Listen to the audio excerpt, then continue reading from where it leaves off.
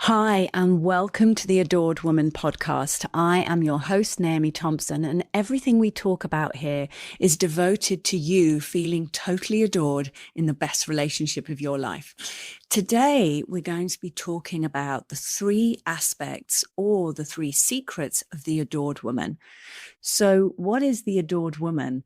The adored woman is really kind of what we all want in different ways. When I was a young girl, I just wanted to be adored. And in many ways, I was a little girl just wanting her daddy to notice her and to be present with her. I didn't really know what being adored was, but I knew that I just wanted to feel like I was the center of a man's world. Now, really, as I said before, yes, there was part of me was looking for a daddy who would just notice her. And no man is ever going to be able to replace that. As a grown woman looking for a daddy, it's really not going to work out well for us. So being the girl who just wanted her daddy to notice her, I learned that I had to chase love to get it. And also I formed this deep kind of invisible belief or knowing that love wasn't worth having if I didn't have to work hard for it. So if there was a guy who would come and actually really want to adore me, really want to love me, really want to cherish me, I suppose in retrospect, it came too easy. It didn't feel exciting. It didn't feel like a challenge. So I would friend zone this man and long for and hanker after the guy who was more difficult to get, the one who always seemed that little bit out of reach. So being a woman who gets to be adored in the best relationship of her life, it doesn't happen to other people only. This can happen for you. And also, you don't have to have been raised to have these aspects. They are 100% learnable. I'm going to share with you 3 of these aspects. If you want all 9 of the aspects, click the link in the description and it will take you to the longer training where you get all 9 aspects of the adored woman. So let's start with the first one. The first aspect of the adored woman is she knows that the relationship she wants is the prize and not the man. She knows that the relationship that she really desires, how she wants to feel in that relationship, that is the prize, not the man. Now, that is a concept that formed in my mind as I was dating. Once I really, really got it, suddenly everything changed for me. Now, right now, I'm in the best relationship of my life. I feel adored every day. He tells me every day he adores me. He tells me every day how much he loves me. And the prize is how I feel in this relationship. He's a wonderful man, but he's not my prize. The prize is me feeling loved and cherished and adored. Me feeling those feelings of admiration and respect for this man who's such a good, clever, wonderful, intelligent man, this man who is a good leader, this man who I really trust. That is the prize. So really getting this distinction will help you. So let me share with you, what the old habits might be. The old habits would be to really focus on the man, to try and mold him into being the guy that you really want and really need. Seeing the potential in him and trying to fix and change. Getting attached very early, very, very early on with a guy and getting attached to the idea of him. Now, we all do this. When we get attached really early on to a guy, our focus is laser focused on him. And we get really invested in him being the one. Now, all of us do this. So many of us do this. I certainly did this. I could see a guy across the way in a supermarket and already in my mind, I had decided that he was probably really romantic. This is how he would propose to me. I can laugh at myself now with fondness that my imagination ran away with me. But when we get attached to a man early, we make him the prize. He is someone we find ourselves wanting to audition for, wanting to show him what a great partner we would be. Whereas what the adored woman does is focus her energy on herself and moving towards the relationship she wants, and not getting attached to any guy until he's really shown her with his consistent actions over time that he can be a great partner for her. And then, as I said, the other habit is when we try and fix or mold a man or wait for him to become the man that we really want him to do. I used to do the ABCs with my husband: advising, blaming, criticizing. Somewhere in me, I thought that if I criticized him enough, if I gave him enough feedback, he would become the man that I wanted him to be. Whereas actually, I learned something completely different. And in this podcast, I will talk more about communication, 100%.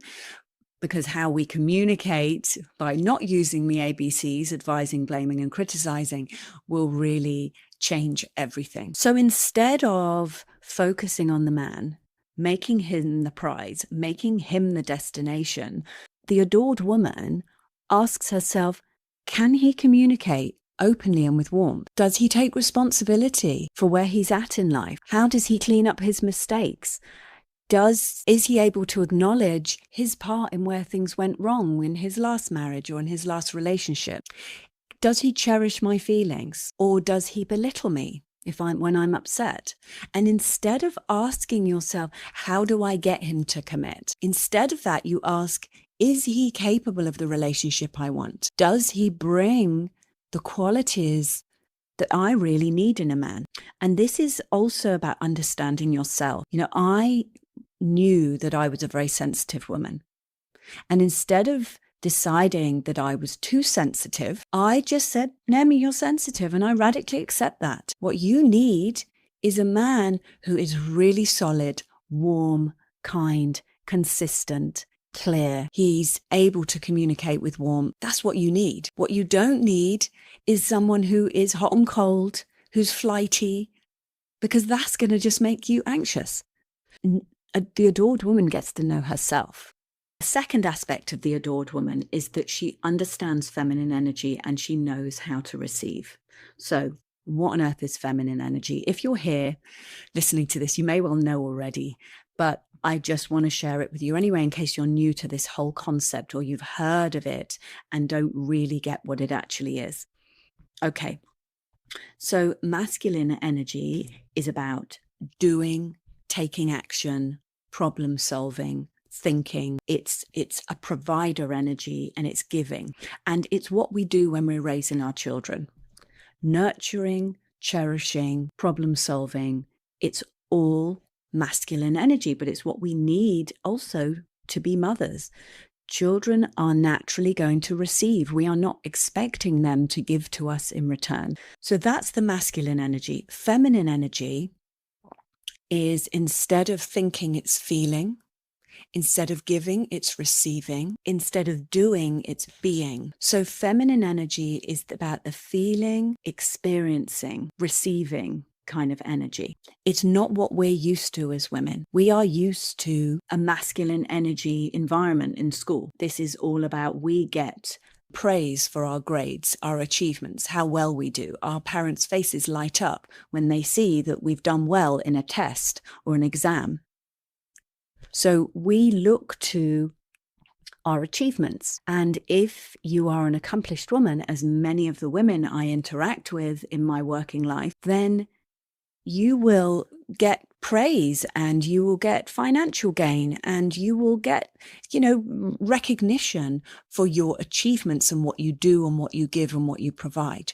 However, when it comes to relationships with men, especially if you're wanting a man who is a masculine guy and who is able to lead a relationship, you are going to need to understand how to switch from being your masculine energy, either leading with your children or your team or your business, to being in your feminine energy and being able to allow him to give to you. Men fall in love by giving, not receiving. And the ability you have to just receive what he gives will allow him to love you even more. Maybe like me, you learned that depending on yourself is the best way to go.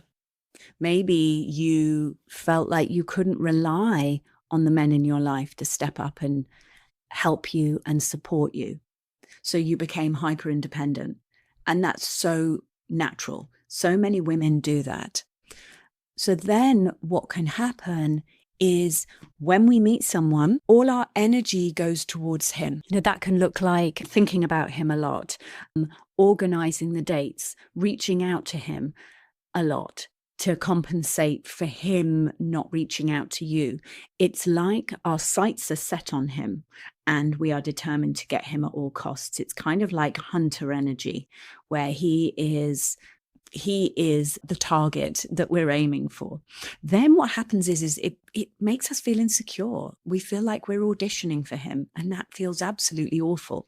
So doing the opposite, being in your feminine energy, is about being and receiving. Like, how can you allow him to give to you? Because that is going to create that wonderful natural polaric balance between you. So how can you receive from men? When I was learning this, I kind of put myself in a training. I would just allow men to be heroes in waiting. That's how I saw them, that they were heroes in waiting for an opportunity to impact me with their actions. So allow men to impact you with your actions. How can you do that? It starts with little things.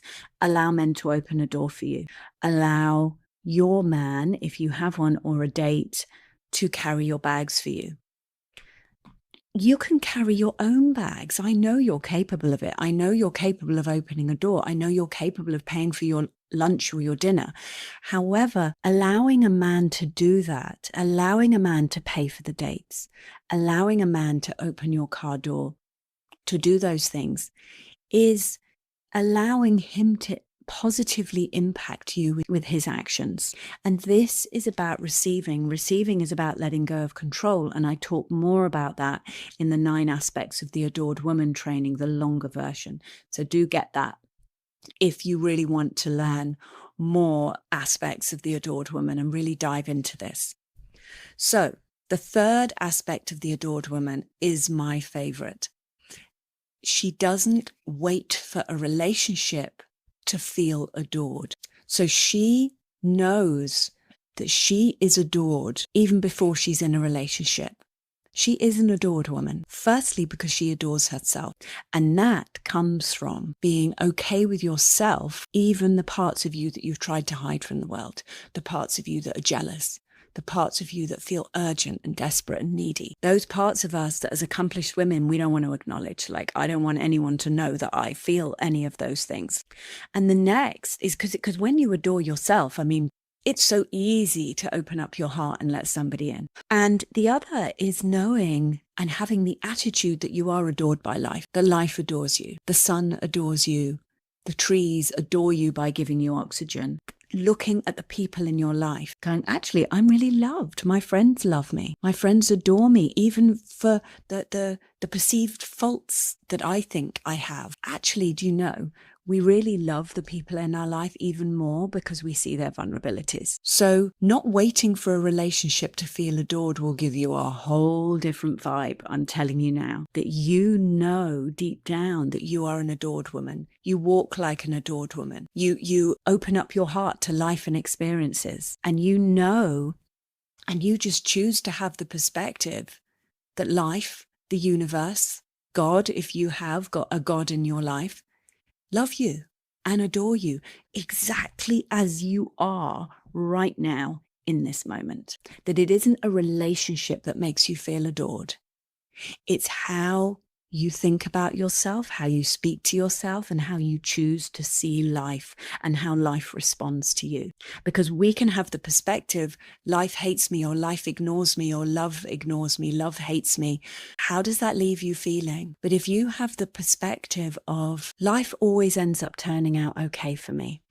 Even when things have been tough, I've been taken care of in some way because I'm still here. You know, the sun loves me. My running shoes love me. My warm coat loves me. My comfortable bed loves me. The air I breathe loves me. The adored woman looks for evidence that she is loved and adored even before a man tells her he adores her. And that gives you a solid foundation to live by, gives you strength that no matter what happens in any relationship, even the best relationship in the world, we can't control people.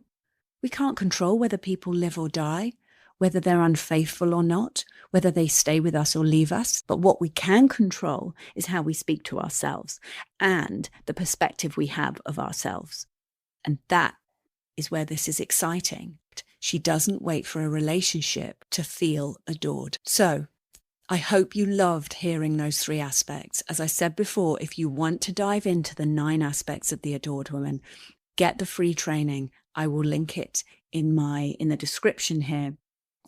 And I want you to know that I 100% believe in you and that I am holding the vision for you feeling loved and adored in the best relationship of your life and feeling loved and adored before you even meet your man. And I really also want you to know that there is nothing particular about you that excludes you from love. I used to feel like there was something about me that excluded me from being adored and cherished and romanced. But actually, let's bust that myth right now. There is nothing special about you that excludes you from love. There are just old habits and patterns we have. Habits and patterns and ways of thinking that we can turn around and replace them with new, powerful habits. And that is what I'm here for. I'm 100% devoted to you feeling adored in the best relationship of your life, because why shouldn't you have it if other women can? So see other women as inspiration. See great relationships as inspiration for you. Thank you so much for joining me in the Adored Woman podcast. If you've loved this episode, share it with another woman who could really do with hearing what you've heard today. And I will be waiting for you in the next episode.